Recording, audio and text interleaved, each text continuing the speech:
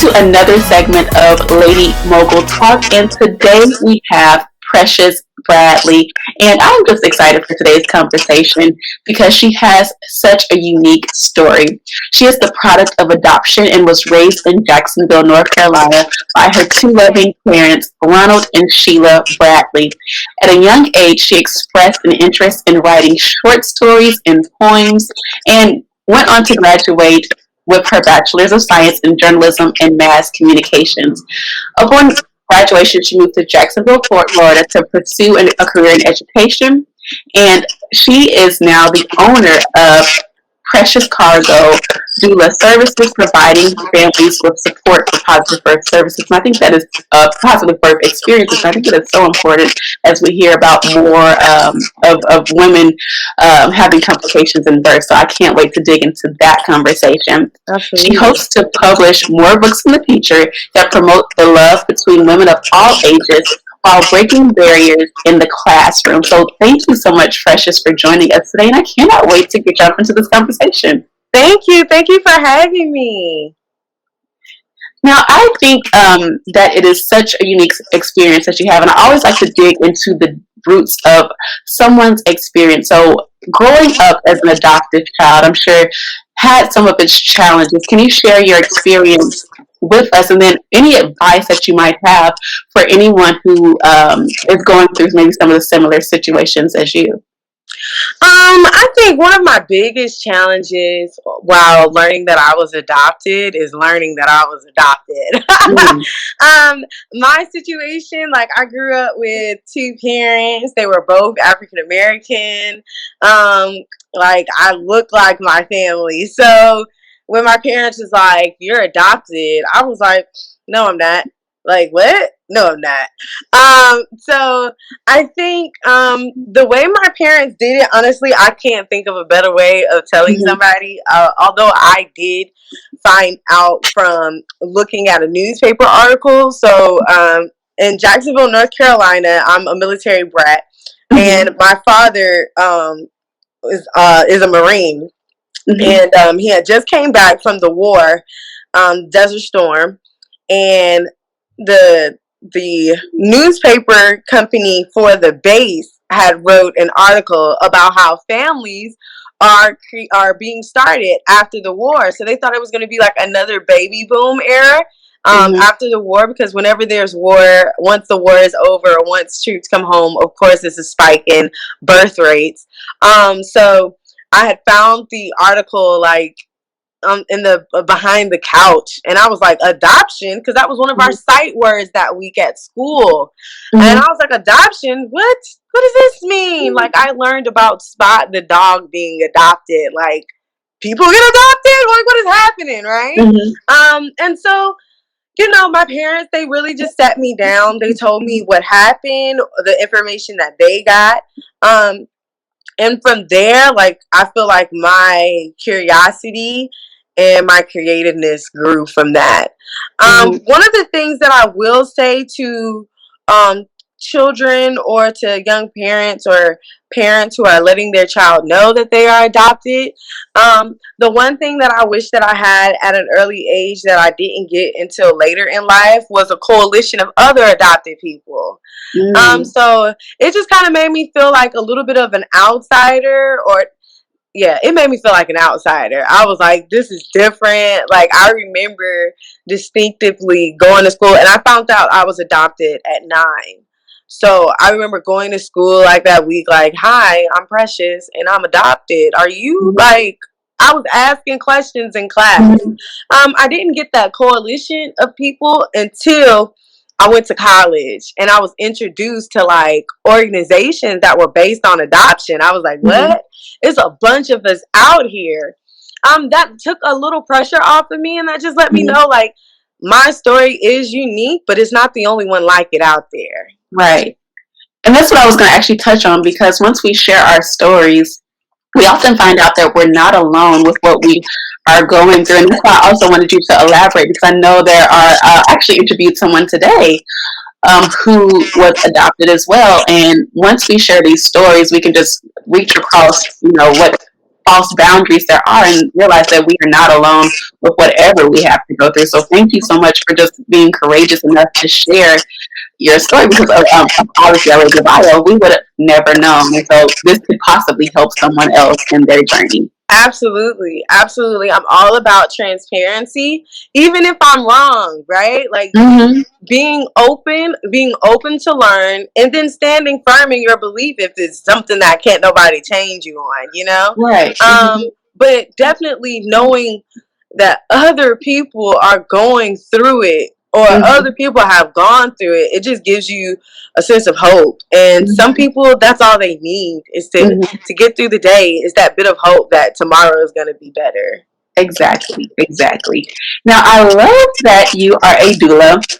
I am not a parent yet, but just seeing stories, more and more stories about just the birthing process in general, I'm like, I think this is a route, if I am blessed with children, that I should go this route. So please, I mean, this is, again, a unique perspective. We've never had a birthing expert on Lady Mogul Talk. This is the first.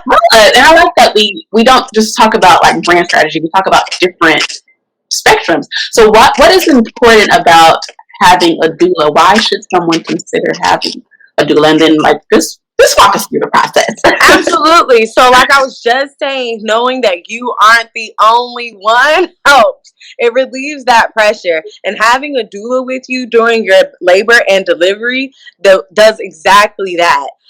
So what I do, Precious Cargo Doula Services, provides family with social, physical, and emotional, sometimes spiritual support during the labor and delivery. Depending on the package that you take, it can start early on in the process or later in the process. Early on in the process looks like me coming to your doctor visits with you, nutrition, exercising. So we might have like a few exercise sessions together. And then also making sure you have a birth plan, because anything important that we do, we plan for, right? And we should definitely plan for the birth, while having an open mind, knowing that anything can happen at any given moment. But just having that ideal plan in place helps relieve some of that pressure. Doulas it is scientifically proven that doulas help decrease cesarean sessions, which are C-sections. They decrease the use of epidurals, what helps with the decrease of magnesium, and they help with the decrease of postpartum, which we know that women are like, postpartum depression is definitely real. There is no shame in it, but it's real, and we are here to help you with that. So if it comes up, then you have the resources that you need set in place to help you through that season as well. Not the main reason, but one of the things that I definitely choose to educate my community on is the rising maternal mortality rate. So African American women are 3 to sometimes 5 times more likely to die during labor and delivery than an uneducated white woman here in America. And that's an issue, not only for me personally, because like you, I haven't had any children yet. But I just figured that this was something that I was passionate about, and something that I wanted to make sure that I can get my hands on and try to make a difference with, right? I teach kids. I teach middle school, 6th, 7th, and 8th grade.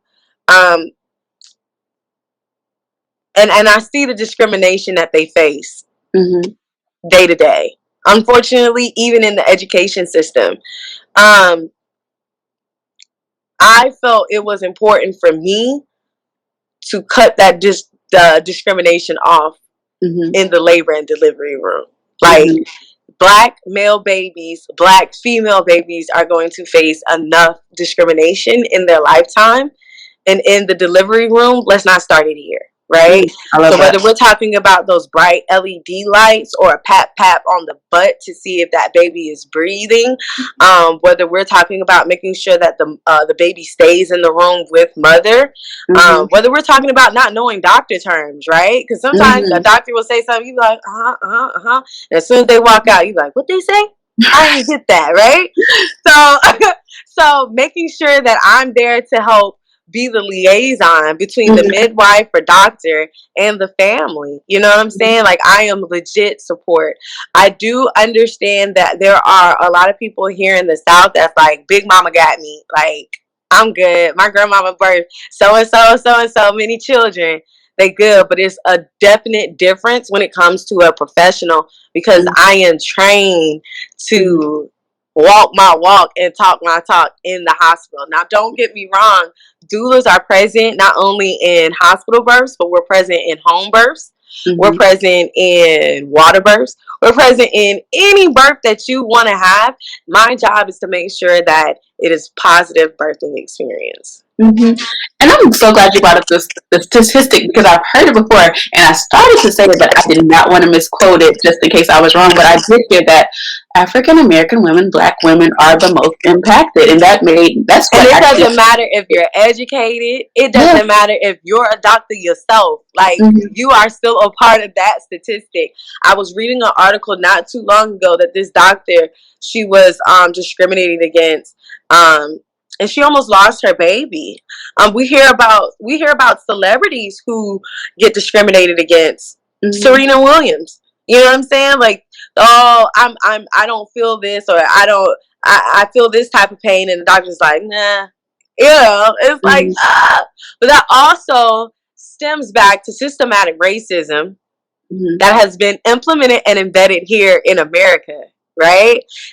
Back in those days of Marion Sims, which is he's the father of gynecology. He would take Black women, and he would open them up and look around just to see, you know. And a lot of times those women were tortured, but they didn't feel like the pain that we felt was the same.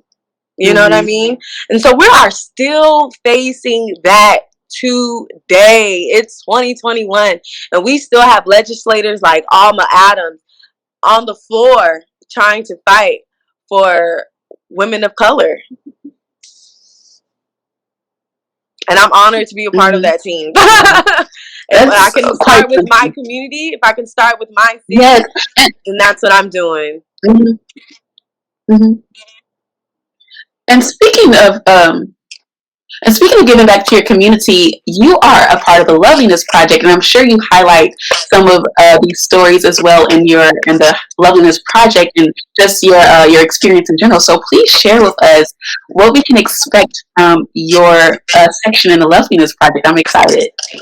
So the part of my section in the Loveliness Project that's coming out early summer, the Loveliness Project, The Path to My Purpose, I am going to be talking about my journey to my purpose, specifically quarantine time. It was like, hey, yo, I'm stuck. Like, I've been praying to God about, I need time. I just need some time. And I got the time. There you go. Dang, God, I need it like this. This is a little chaotic, right? But oh my goodness, during that time, so much growth happened. I learned so much about myself, what I will stand for, what I won't stand for, and understanding that your purpose can be redesigned, right? Like, just because you feel that this is it, you as a person, you're going to evolve. So why wouldn't your purpose evolve as well? So my chapter is definitely speaking on that. It speaks on mental health, which is something that I took very seriously during this quarantine. There's a part of the chapter that says, don't let anybody shame you into having going to see a therapist or a counselor. This month of May, is Mental Health Awareness Month, and don't let anybody shame you Don't let anybody shame you.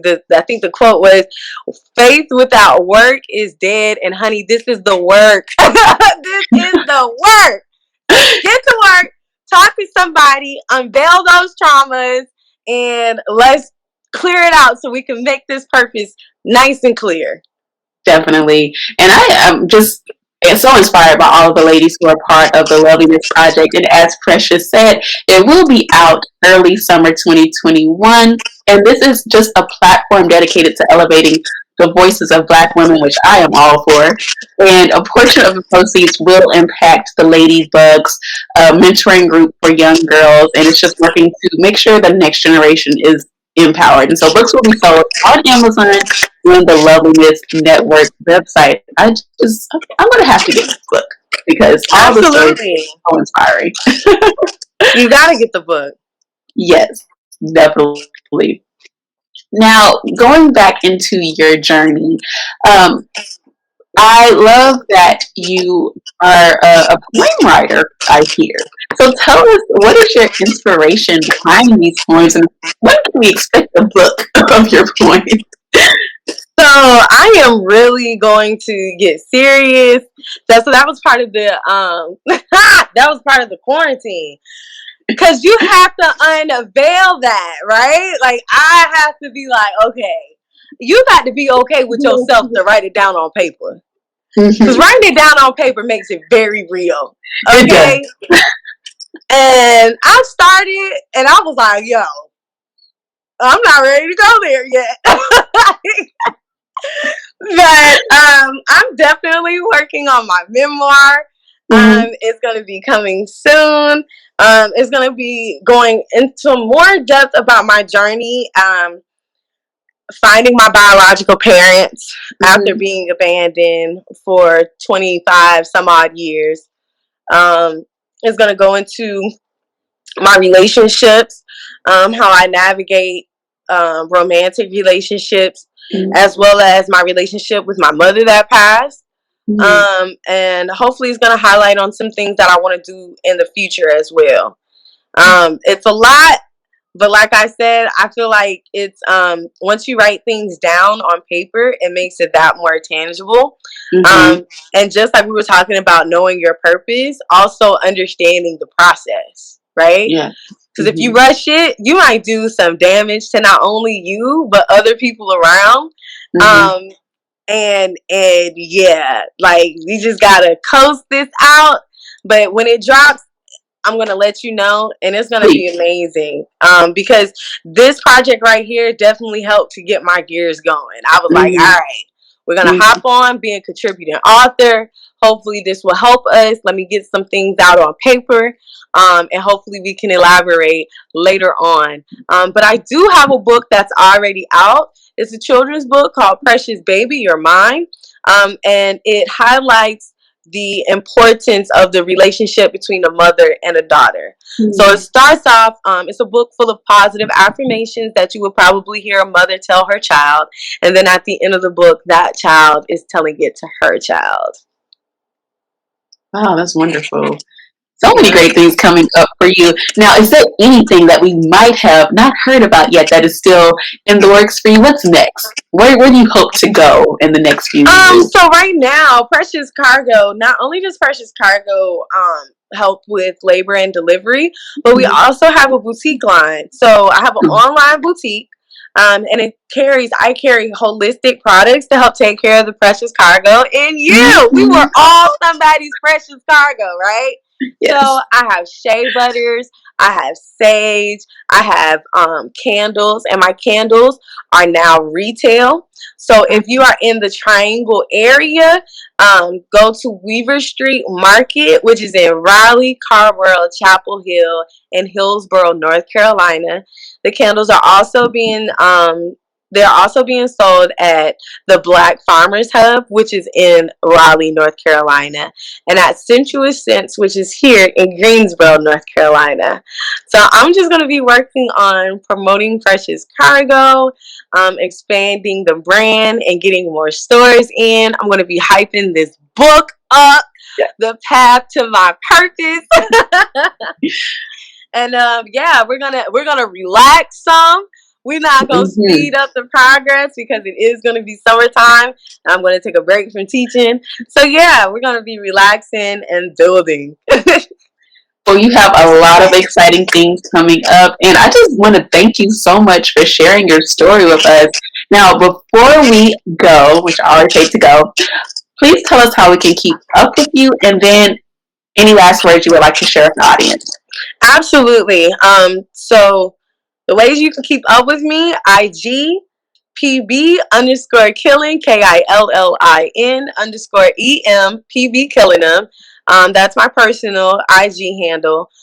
Precious Cargo NC at IG as well. Precious Cargo NC on Facebook and www.preciouscargonc.com. She made it simple for you. Hop on, get on that email list so you don't miss any sales, any blogs, any events that I have. I have back to school drives that I do every year, so we're about to get started on that, so that way these kids, when they come back into the building, they have some school supplies.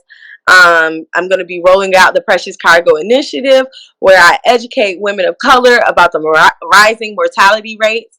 So, just follow us on www.preciouscargonc.com and you will stay up to date on everything. That's wonderful. And we cannot wait to hear more about these exciting projects that are in the works. And please feel free to let us know so we can stay up to date with you. Absolutely. Thank you so much, Lady Mogul Talk. Thank you so much. This has been another segment of Lady Mogul Talk with Precious Bradley, and we will be back for another episode next week. Bye.